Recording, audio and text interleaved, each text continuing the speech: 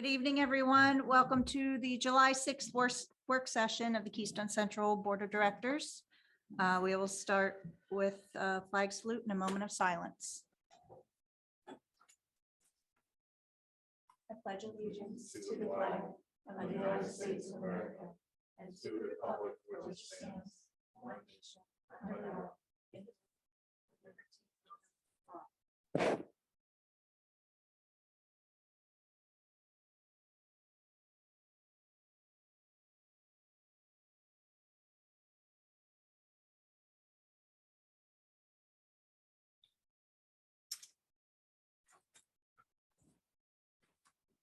Roll call, please.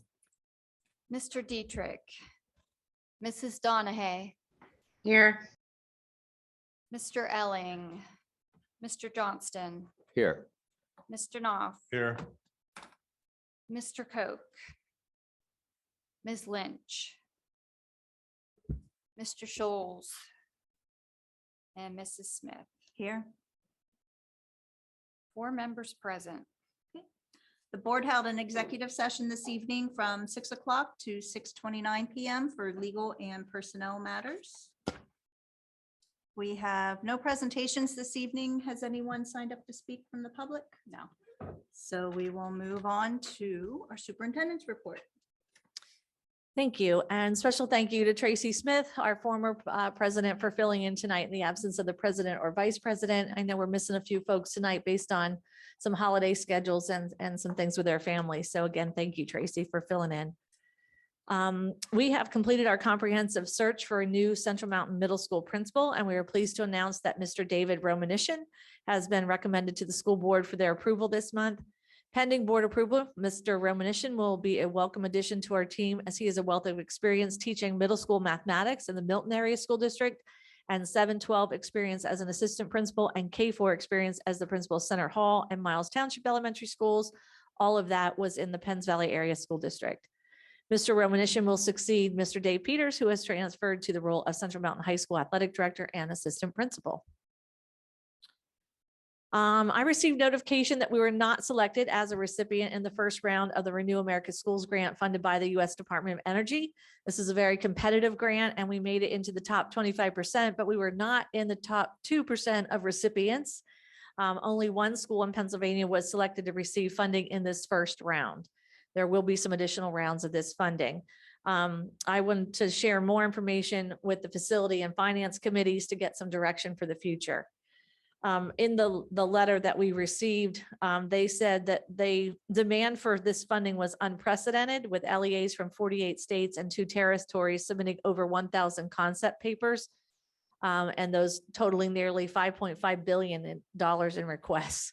So after receiving feedback on the project proposal, only 236 LEAs from 44 states submitted eligible full applications. So we were part of that 236. So we've again made it into that top 25. It was 1.62 billion that was requested, and that our request, of course, was 15.5 million. They were able to fund 10% of the full applications or 2% of the concept papers submitted. So again, I think they funded 46 schools or 47 schools. So the direction we'll need to talk about is, do you want to resubmit for the round 2 of funding? If so, do you want to resubmit the same project, a different project? Or do you want to look at other options for the set aside money that was budgeted? So those are all some things that we need to talk about in the future. And I think we have some research to do to bring you some additional information before you make any decisions. So just wanted to bring that to your attention. And I also wanted to say that the Learning 2025 network, to which we've been a part of for several years, has identified the Keystone Central School District as a system to watch by the American Association of School Administrators. We received this award last week in Washington, D.C. We've been recognized for our future ready focus on college and career readiness, along with our profile of a learner and the work we're doing K-12 to promote student success. Our team was among several districts across the nation presenting at this conference, and only a few that were presented awards. Our presentation was on collective leader efficacy and our team of teams approach the critical work we do in education. I wish to thank Elizabeth Lynch and Rick Scholes, who are not here this evening, but they did join us at the conference. And they were, I want to thank them for all the support and encouragement that they provided to our team on that trip. And that is all I have for you this evening. Okay. All right, bear with me. It's been a while since I've done this. So under reports, we have treasurer's report, the financial reports, and our student enrollments. Do any board members have any questions about any of those? Standard. Okay. So under board, we, there's a retain Flam, Walton, and Heimbach attorneys. This is for any tax issues, for our tax laws. And then also King Spry, which we've had them for a while now. We use them mainly for special education services and sometimes for labor issues. And right to know, we use right to know requests too through them. Numbers 3 and 4 are the health and safety plans that we're required to submit every 6 months because of having ESSER funds. There's nothing changed in the safety plans. They've remained the same now for approximately 18 months, if not 2 years. We're still following a lot of safety protocols for communicable diseases in general. And nothing has changed in the plan. Next are the handbooks that we go through every summer. Any changes are highlighted in yellow. I will mention there's not a lot of changes in there, and I did see that one of the names wasn't highlighted, but it was changed. So again, that should be a quick review for you because they're highlighted. You would pass them as a unit next week unless you want to pull them separately. Any questions on those? And then 6 and 7 are the comprehensive plans for the district and for the CTC. They were both previously presented at different board meetings with all of the content and the summaries. And so this is a necessity of PDEs before we can submit to them. And then we have an MOU for the Act 93 agreement. And this has to do with the transportation supervisor position. Yep, it just moves it to a different level within the Act 93 contract. And then the tax office would like us to approve a money market account for investment purposes at an interest rate of 3%. It's similar to what the district is doing. 4%, Joni said, okay. We'll have to make it that. Should we change. modify that for next week? It says It says 3% 3 in on the there. on the agenda. So that could be modified by next week. All right. I have a question on that. Yes.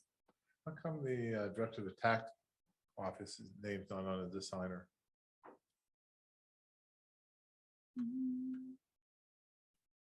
From the bank?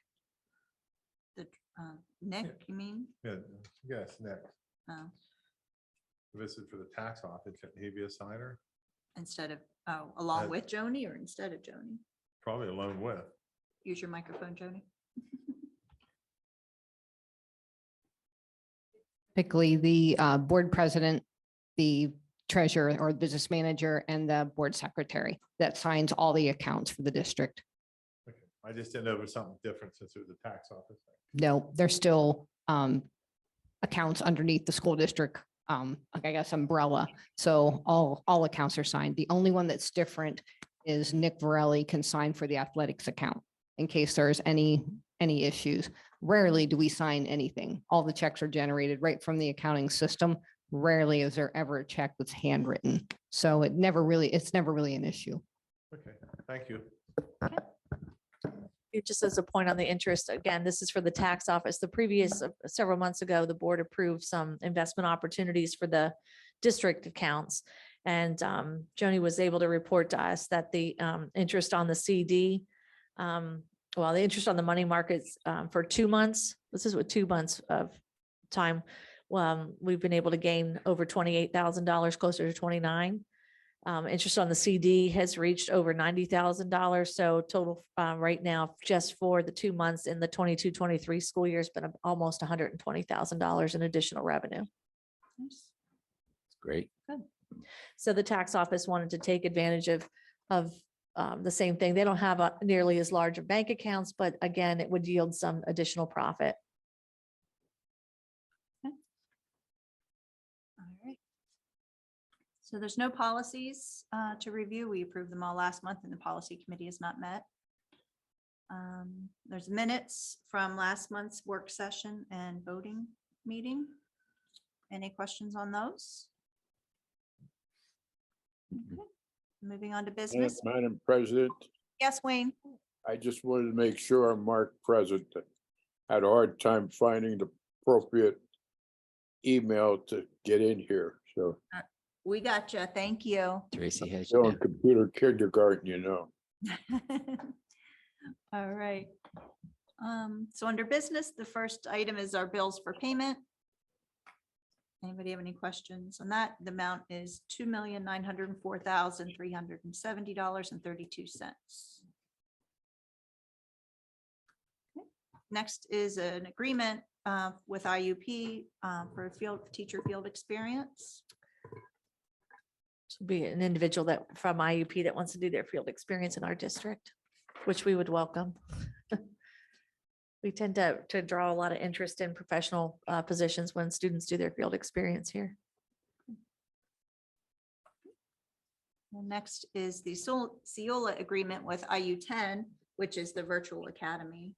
It's the consortium. They have not raised their rates in the 5 years that we've been with them. They keep it the same. It's very reasonable and allows us to provide a quality education in the virtual academy with a great rate. That's 15,000. That's paid for by the general fund. Next is the IDEA 611 agreement in the amount of $773,994.85 to be used for special education services.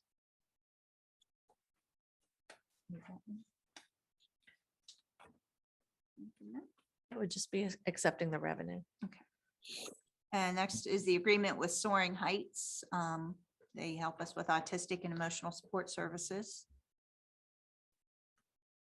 And then Justice Works. Justice Works is also an AEDY. We've previously approved seats with a different vendor. Sometimes it's necessary to have two separate vendors so that sometimes when students get in altercations that require AEDY, it's wise to send them to do two different locations. And so we believe that renewing some pre-purchasing some seats from Justice Works would be a better rate for the district. I know Joni worked with the principals to determine what was the need here and how we could get a better rate. And the next one, we need Mark and Rob to help us out with. Yeah. It's, So this next one, it would be a recommendation to approve a different smart sensor and camera installation agreement. If the board were to approve this agreement based on the explanation that they're going to give, I think we'd also need an additional motion next week to rescind the approval from a previous meeting for the previous smart sensors. And so, Mark, I'm just going to turn this over to you to kind of explain why we want to change gears with this and how we came about discovering of this. Yeah, and quite honestly, I would have to give kudos to Rob in terms of pointing this out in terms of a change and why it would be most advantageous for us to do it. And so just again, to reiterate, this is not in addition to what was already approved. This would replace what was approved in May. The change really is necessitated out of a conversation that we had with what we would like to do with our swipe card system and a grant that we're going for in the fall, which I think the board is already aware of, and having essentially a unified platform of one system where all those components could work together. The current software that we have that runs our camera system would not communicate with the platform that we're looking to do with the swipe card system. And again, Ed, Rob, you guys can chime in here if I misspeak on the tech side of things, but the Genetec software will also provide for enhanced capabilities. We'll be able to do facial recognition and tracking throughout all of our buildings. We'll be able to have license plate identification and when we do upgrade our swipe card systems, there'll be a lot of tie-ins there as well. Some of the things you won't necessarily see per se, but even our officers, I can see the amount of time that will be taken in terms of investigations being cut dramatically, because now you can highlight a face and it'll pick up through your entire system where that person would go. So in terms of time that would be needed to do those investigations, we have to track kids and find out where they're going and what they're doing. That will help out. So as far as the Halo and the smart sensor project, I mean, it does come in slightly cheaper than the previous company as well. And like I said, it does provide some additional enhancements as far as what we'll be able to do within the camera system. And the other part of it is for the licenses for all of our camera system. That's something that we would have had to have taken care of anyway, moving into the fall. We would like to migrate all of our cameras over to that same software package that Genetec offers. So again, all of our buildings will have the same platform, same camera system and software package that is managing all of those things. So I don't know, Rob, Ed, if you guys want to add anything else, but that's it in a nutshell. I honestly, I think after these things are installed and we make the switch, our camera system from a safety security perspective is going to be really top notch as far as what we will have available. Any questions on that? So then do you think we'll have any issues rescinding the bid from the last company? Have you talked to them? Yes, I did talk to them. I mean, I don't foresee any issues. I don't know that they would necessarily be happy, but yeah, I don't see any issues there. Okay, Right. Right. they never got it. Okay, good. All right, anything else? Okay. Basically, the equipment we're getting is going to do everything we talked about prior with the addition of the facial recognition, tie in all the cameras. So it's a much better system for a reduced price. Okay.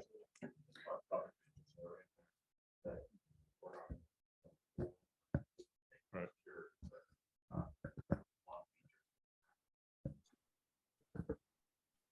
Thank you.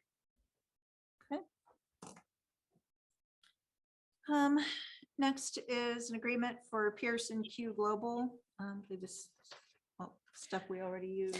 Yeah, this is site license renewal, this and the following one. They're both for special education. That's the board maker software. Yep. Yep. Any questions on those? All right. Next is approval, agreement with Lake Cumming Clinton Joinder Board for $30,000 paid in 2 equal installments, paid for by the general fund.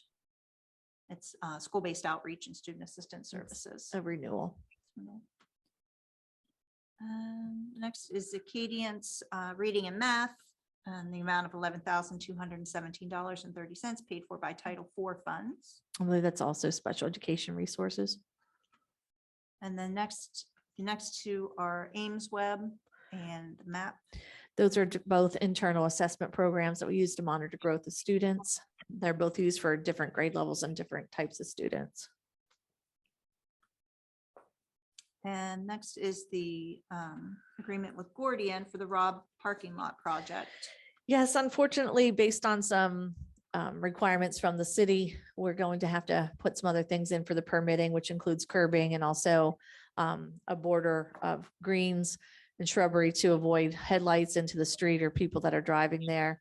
So it is going to cost us almost $70,000 more for that project than we had originally anticipated. We do agree that we should move forward with it. Sometimes projects come in over budget and some come in under budget. And in this case, these were some unforeseen costs that we found in the permitting process.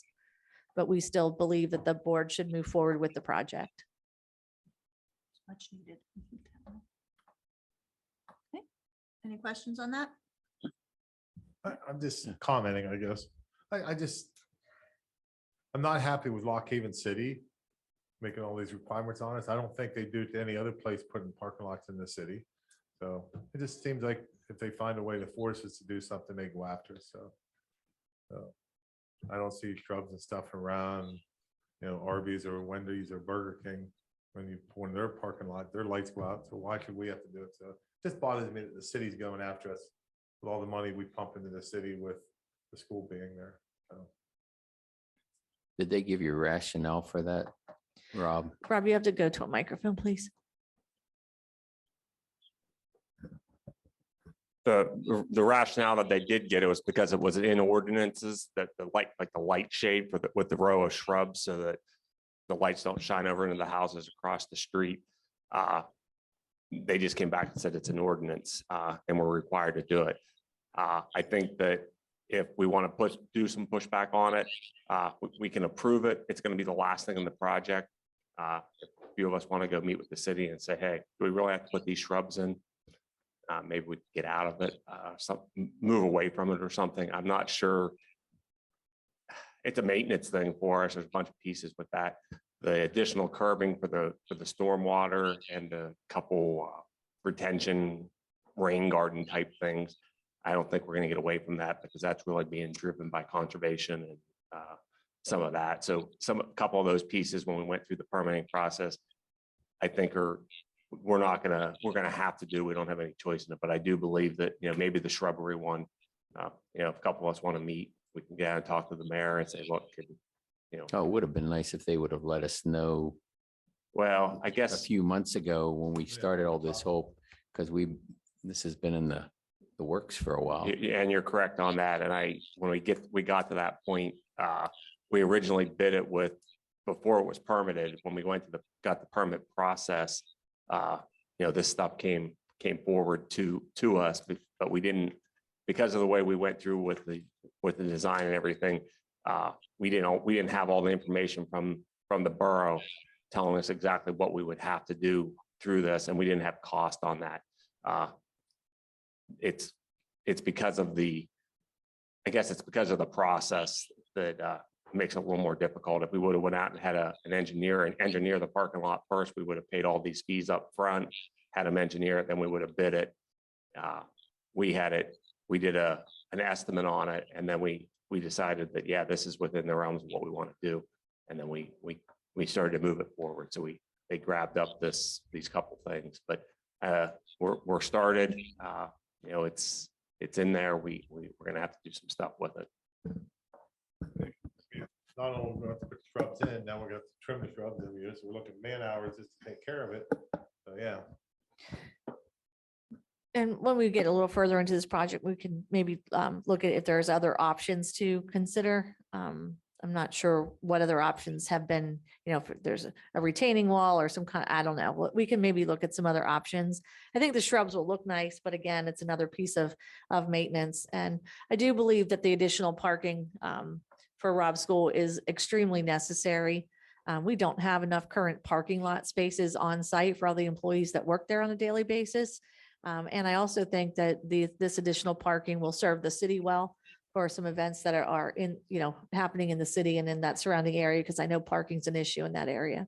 And that's part of my point. You think the city would have worked with us on this instead of working against us.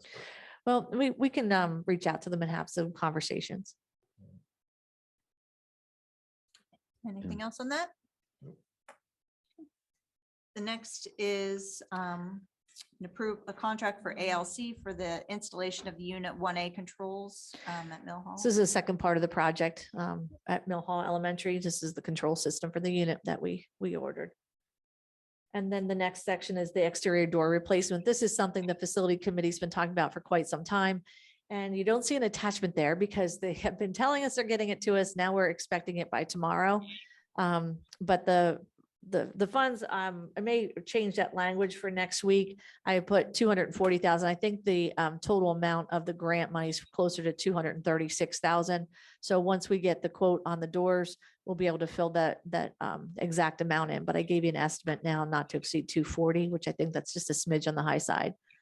And then we'll maybe be able to chunk that out to exactly how much is being paid for each grant. The PCCD grant money is safety grant money. That was non-competitive grant money from the state.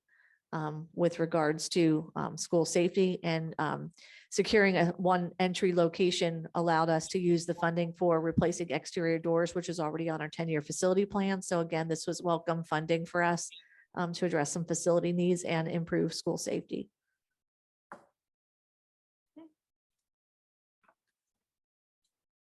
There's no questions or comments on that. We'll move on to personnel.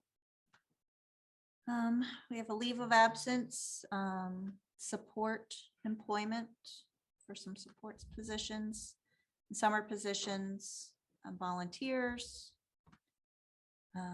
We were able to hire special education teacher, couple, school psychologist, a couple of counselors. We did hold interviews today for speech teachers. I didn't get a chance to follow up with the interview panel, but I'm hoping I can do an appointment there and then put the name on. I was able to appoint with the board's authority, the 2 counselors, so that they could put their resignation letters in and get started on the transition. But those names are on here for your approval for next week. We'll be able to have them on board by the beginning of the year. I believe one of them coming out of the Altoona School District, yes, but another one coming from a neighboring school district has lost all of their counselors in one building to leaving for other positions. And so they're going to need to hold for the 60 days, which takes us right about to Labor Day. It's not too bad, right? No, it's not too No. bad. We have some other counselors that we can get through for that first week of school. We'll just lend some extra support there. And I think it's just a courtesy that we need to afford. But getting some counselors with some experience is always a welcome addition to our teams. And then we have our athletic and student activities personnel agenda. There's booster club officers, fundraiser forms, coaching staff for Bucktail and Central Mountain. Any questions on any of those? Okay. That is it. Adjourn this meeting at 7:02. Got to, yeah, I guess you need a motion, huh? Oh, yeah, I guess I Make a do. motion. Sorry. Yeah. Told you I was out of. Since Roger's not here, I will second that. All right, Butch and John. Thank you. Sorry. Everyone have a good night. Thank you very much. Thanks, Wayne. See ya.